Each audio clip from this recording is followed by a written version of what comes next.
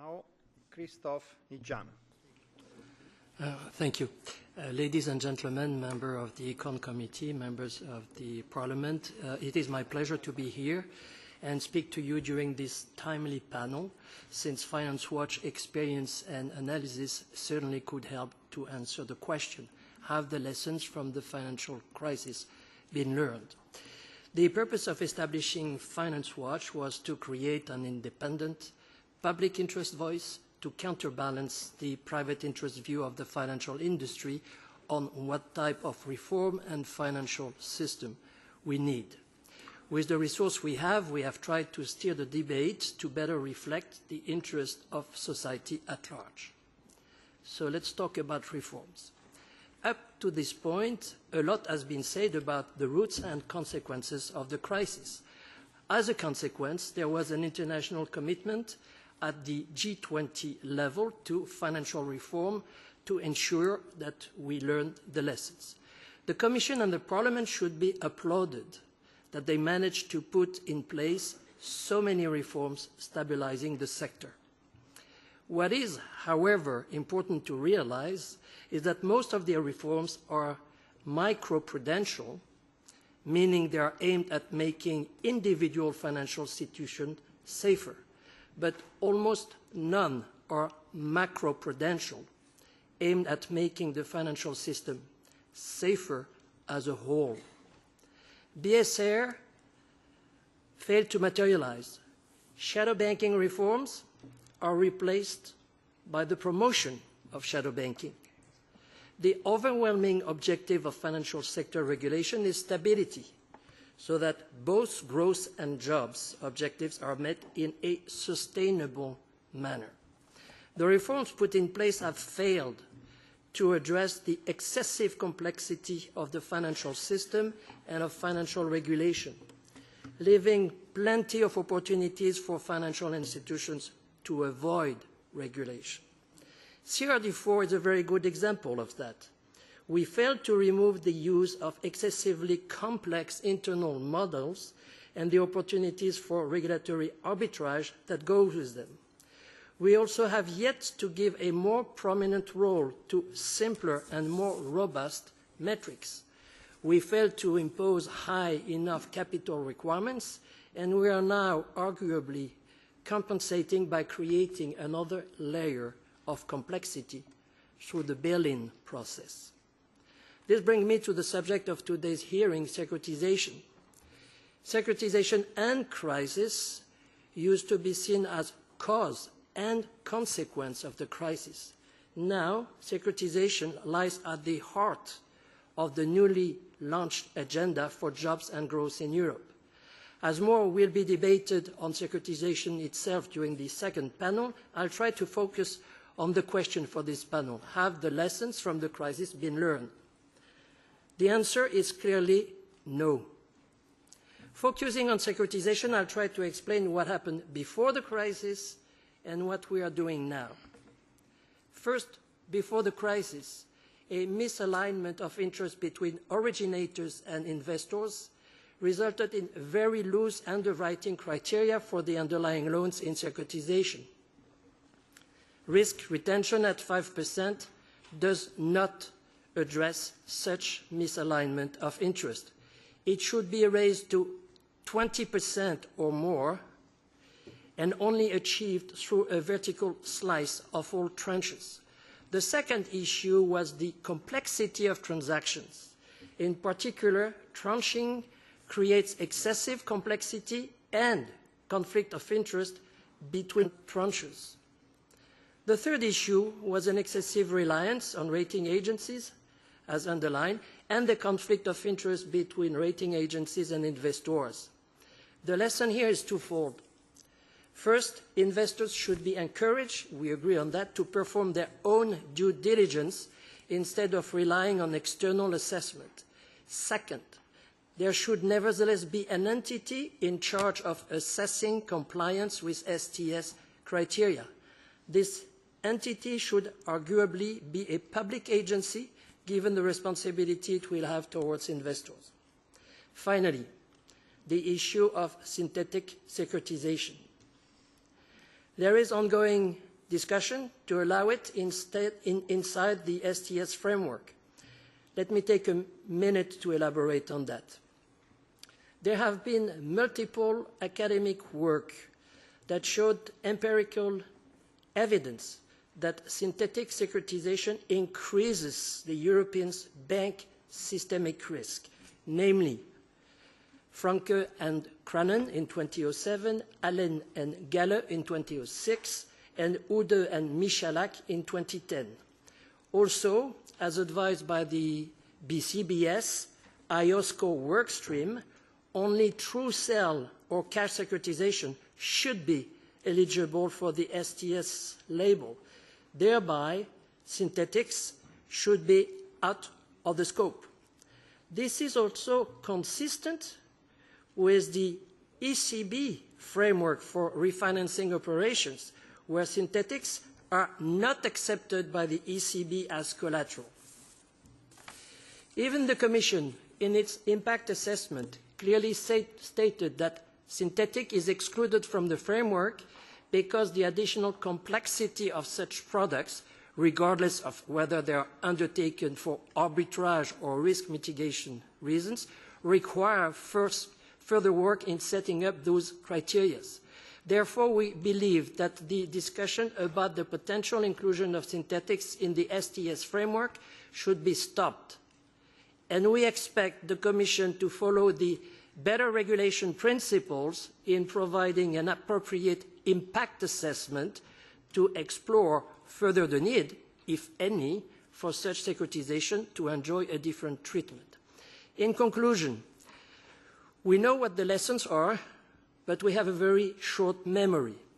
It is essential to realize and acknowledge that the mission is not accomplished, that much remains to be done, and that we should resist the temptation to have a short-sighted focus on near-term GDP growth at the cost of future instability, at a time when we haven't even finished paying for the last crisis. We should refrain from dismissing strong academics' arguments as being irrelevant and ignore the arguments of sophisticated players who stand to benefit from STS and who argue that this time it's different. Therefore, and that will be my final words, we should always bear in mind that good regulation is essential to the fairness, efficiency, and effectiveness of economies, and making it work well is a never-ending mission. Thank you for your patience.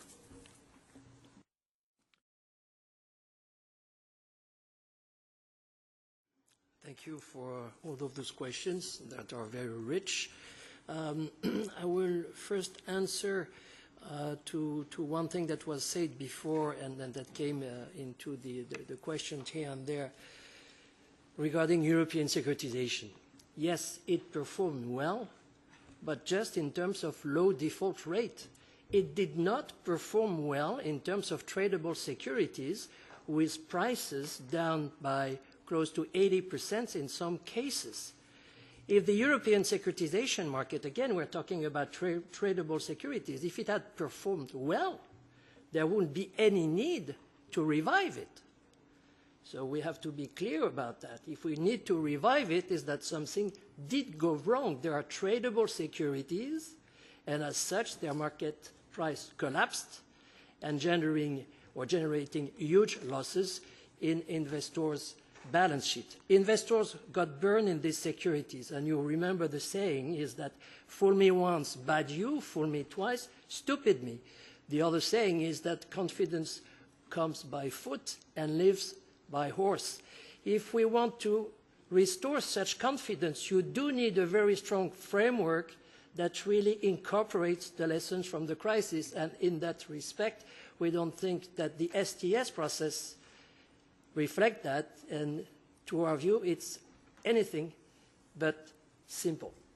Now, regarding the issue of synthetics, what we want to ban about synthetics is we want them out of the so-called STS framework, because they are not simple, they are not transparent, and they are not standardized. Yes, we do make a difference between two types of synthetics, the balance sheet and the arbitrage, but it's sometimes quite difficult to make a distinction between the healthy and the not the healthy one. I was asked to expand on the public body. Verena made strong comments in that respect about certification. We do share some ideas in that respect, but why do we want a public body? We want a public body because we know that the private initiatives would not work properly and could be conflicted. Again, what is a rating agency? A rating agency is some kind of private enterprise that gives some kind of certification in terms of ratings, and we've seen in the past that it doesn't work. So since we're talking about public interest, we need some kind of public body if need be. Now, in the best of worlds, but we know it doesn't work this way, we would like to have investors do their own in-depth due diligence. But the way the system is organized, as long as you will have tranching that enables to, let's say, transform, that's financial engineering, a BB or BBB rated type of underlying investments or loans into a AAA security for the first tranche, well, investor won't do what they should be doing is their own due diligence. They just buy that piece of paper thinking that somebody else has done the job in terms of due diligence, and they will make the big mistake like back in 2007 and 2008 is, okay, we buy a AAA rated security which is supposedly a low credit risk security. And if there is a problem, because it's a tradable security, we'll be able to resell that marketable securities in a secondary market. Secondary market liquidity in complex instruments like securitization is an illusion. Liquidity waned, disappeared, just like that during the crisis. So there is a flow in the way that is organized with tranching, and that's why if investors don't have the means to do their own due diligence, which is our preferred solution, because we would like investors to act as long-term investors again, not just as short-term traders whereby they buy AAA-rated securities, and if it doesn't work, they sell. But as said before, there is herding, and they all sell at the same time, and of course the exit door is always teeny-tiny and not wide enough. Regarding the German distinguished MEP that said that there was not some kind of a problem in terms of credit supply, yes, we do agree. We do consider that right now there is a lack of consumer demand. And one thing that I want to emphasize again, when we look at securitization or capital markets unions compared to traditional banking, well, in Germany, the German banking system with traditional proximity banks, be it Sparkassen or Volksbanken, are doing the job extremely well for the German Mittelstand that many other European countries do envy. So we don't see a major problem for the traditional banking model financing once when growth will come back, those SMEs, at least in terms of in Germany. Yes, I agree with what was said about financial markets are much less stable than proximity banking for a simple reason. A financial market does not have any vested interest in the future of a borrower. The news are good, I buy. The news are bad, I sell, except that everybody sells at the same time, and then it becomes a systemic crisis. What is the economic value added of STS? Well, there is definitely one, but it's only for the too big to fail institutions, profitability. But there is close to none for the smaller banks and the real economy. SME loan securitization in the biggest capital markets in the world, called the US, is a failure. Expecting that some kind of loan securitizations for SMEs would work in Europe you know, makes me wonder if it's not some kind of wishful thinking, because you have 23 different languages, because you have 28 different taxation systems, you still have 28 bankruptcy laws. So having in the same pot SME loans to German, Spanish, Greek, Finnish SMEs seems to me a very, very long shot. Thank you.